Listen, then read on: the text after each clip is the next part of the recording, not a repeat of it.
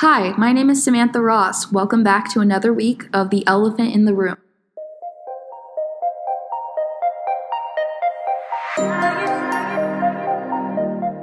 Today, our podcast is going to be about animal tourism, and we are having a special guest, Spencer Neville, talking about the issue. Hi, Spencer. Hi, Samantha. Thanks for having me. Of course. Thank you for joining us.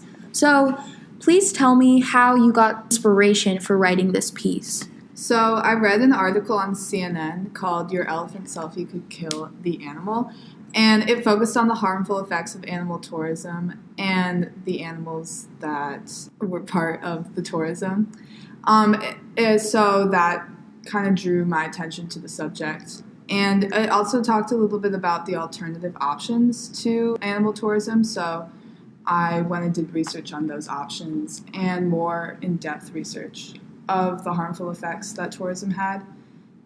And so that's how I wrote the piece. So the question becomes, is there a way to continue wildlife tourism ethically?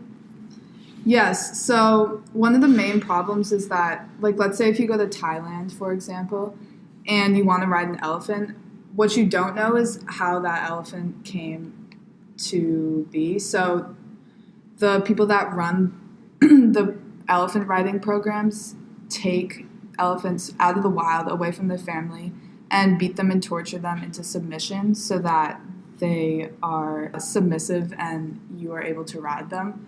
And then they are being ridden for long hours each day. So one of the things that you can do to stop supporting this form of torture is instead going to elephant sanctuaries, so you can still interact with the elephants and in some cases get to ride them, but they're being kept in humane environments. So what's the difference between animal tourism in, say, a country like Thailand compared to the United States? I wouldn't say there's much of a difference because we want to experience animals, like swimming with dolphins as a form, and riding elephants. I didn't focus much on zoos necessarily, but I feel like that is another issue at hand. Would you agree that wildlife tourism is an essential part of many countries' economies? Yeah, so that's another thing I focused on was if we were to stop animal tourism, what would happen to the economies of certain countries such as Thailand? And I found that a lot of the economy depends on animal tourism. In Belize, more than 50% of the population is said to be supported by income generated through reef-related tourism and fisheries. So that's a pretty big deal. If you were to cut out that form of tourism, that would leave a lot of people without jobs.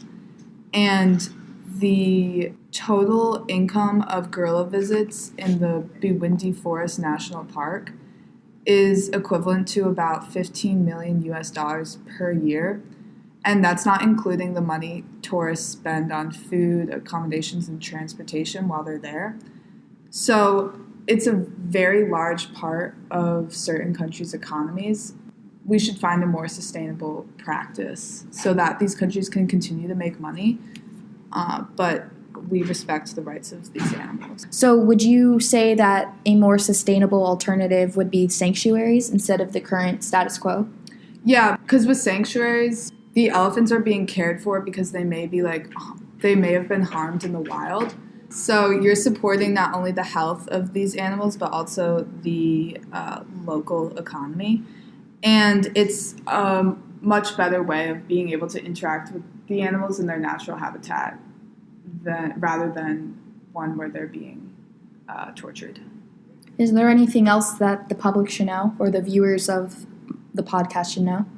I would try to be more aware of the companies that you support when it comes to animal tourism, because there are definitely some companies out there that are respecting the rights of the animals that they care for, and there are many companies out there that don't respect them at all. Thank you, Spencer, for joining us. Thank you for having me. This has been another wonderful episode of The Elephant in the Room. Join us next week for more talk on animal tourism.